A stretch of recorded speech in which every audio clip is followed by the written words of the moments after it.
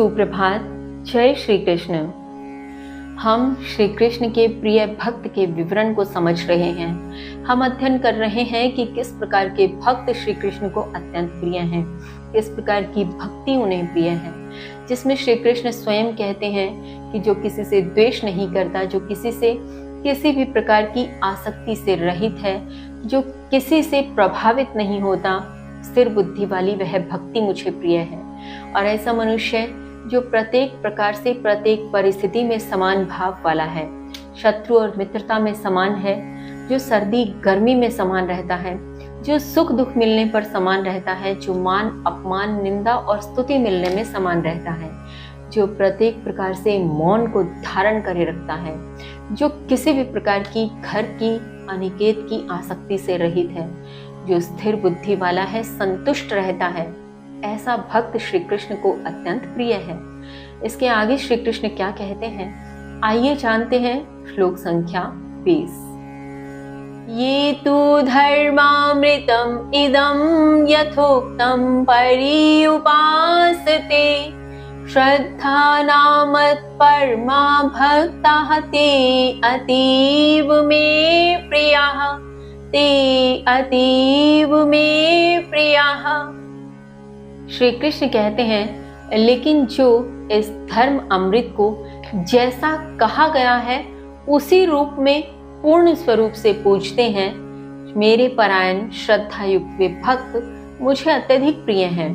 भावार्थ, यहाँ श्री कृष्ण कहते हैं कि जो भी धर्म स्वरूप इस अमृत स्वरूप कहा गया है, ठीक उसी स्वरूप में पूर्ण रूप से पूजें। कहने का तात्पर्य ऐसा नहीं कि सर्दी व गर्मी में तो समान है, कि सर्दी और गर्मी उस प्राणी को प्रभावित नहीं कर रही, लेकिन निंदा और स्तुति से प्रभावित हो रहा है, मान और अपमान से प्रभावित नहीं हो रहा, लेकिन कहीं ना कहीं उसे शत्रु और मित्र प्रभावित कर रहे हैं। इस प्रकार से नहीं कि आधा अधूरा, जो धर्म जैसा कहा गया है पूर्ण उसी स्वरूप में यदि वह पूजता है, इस प्रकार का मेरे परायण जो भक्त है वह मुझे अत्यधिक प्रिय है।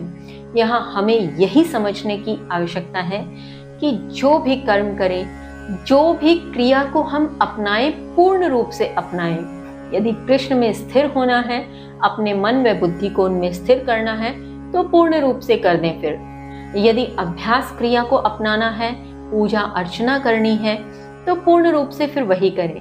यदि नाम जप करना है तो पूर्ण रूप से नाम जप हो।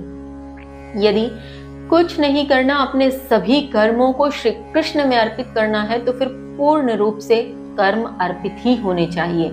ऐसा नहीं कि कोई कर्म यदि बहुत अच्छा है तो उसका प्रभाव तो हमने खुद पर ले लिया कि ये मैंने किया, और जो हमसे गलतियां हुई वो हमने कहा कि श्री कृष्ण ने या ईश्वर ने किया। ऐसा नहीं, आधा अधूरा कुछ नहीं। जो करना पूर्ण करना, पूर्व स्वरूप पूर्ण उसी स्वरूप में करना जिस स्वरूप में धर्म रूपी अमृत में कहा गया है।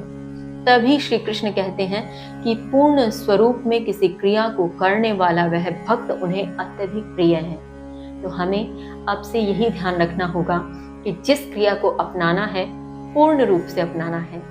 इसी के साथ इस 12वें अध्याय की यहाँ समाप्ति होती है, जिसमें हमने बहुत सरल से सरल उपायों को समझते हुए श्री कृष्ण में लीन होने की वह विधि जानी। अब इसके आगे आगामी अध्याय में श्री कृष्ण क्या समझाते हैं, किस प्रकार से मार्गदर्शन करते हैं, जानेंगे कल नवीन अध्याय में। तब तक के लिए जय श्री कृष्ण।